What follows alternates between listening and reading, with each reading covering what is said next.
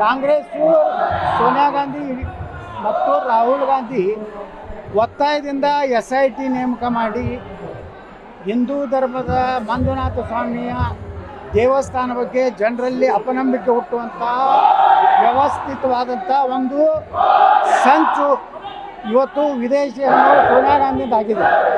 ಈಗಾಗಲೇ SIT ಅವ್ರು clear ಮಾಡಿದ್ದಾರೆ. ಅಲ್ಲಿ ಏನೋ ಯಾವ ಕುರು ಸಿಕ್ಕಿಲ್ಲ, ಯಾವ ಬುರುಡೆ ಸಿಕ್ಕಿಲ್ಲ, ಯಾವ ಎಲು ಸಿಕ್ಕಿಲ್ಲ, ಯಾವುದೇ ಅತ್ಯಾಚಾರಕ್ಕೊಳಗಾದಂಥ ಯಾವುದೇ ಹೆಣ್ಮಗಳ ಶವ ಆಗಲಿ ಬುರುಡೆ ಏನೂ ಸಿಕ್ಕಿಲ್ಲ.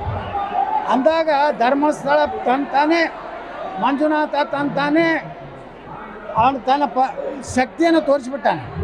ಈ ವಿಜೇಂದ್ರ ಹೋಗೋದ್ರಿಂದ ಏನಾಗೋದಿದೆ? ಕರಾವಳಿ ಭಾಗದ ಶಾಸಕರಿಗೆ ಭಾಷಣ ಕೊಡೋದಿಲ್ಲ, ಕರಾವಳಿ ಜನರಿಗೆ ಮಾತಾಡ್ಲಿಕ್ಕೆ ಕೊಡೋದಿಲ್ಲ.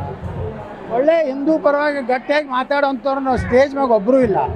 ಎಲ್ಲ ಪೋಕಳ ಯಾವೆಲ್ಲ ರಾತ್ರಿ DK ಶಿವಕುಮಾರ್ ಮನ್ಯಾಗ ಊಟ ಮಾಡಿ ಸಿದ್ದರಾಮಯ್ಯ ಮನ್ಯಾಗ ಮುಂಜಾನೆ 6ಕ್ಕೆ ಹೋಗಿ ನಾಷ್ಟ ಮಾಡಿ ಬರುವಂಥ BJP ನಾಯಕರು ನಡೆದಂಥದ್ದು. ಇದಕ್ಕೆ 7-8 ಸಾವಿರ ಮಂದಿ ಕೊಡಲ್ಲ, ಮಂದಿ ಇಲ್ಲ, ಬರೀ 7-8 ಸಾವಿರ.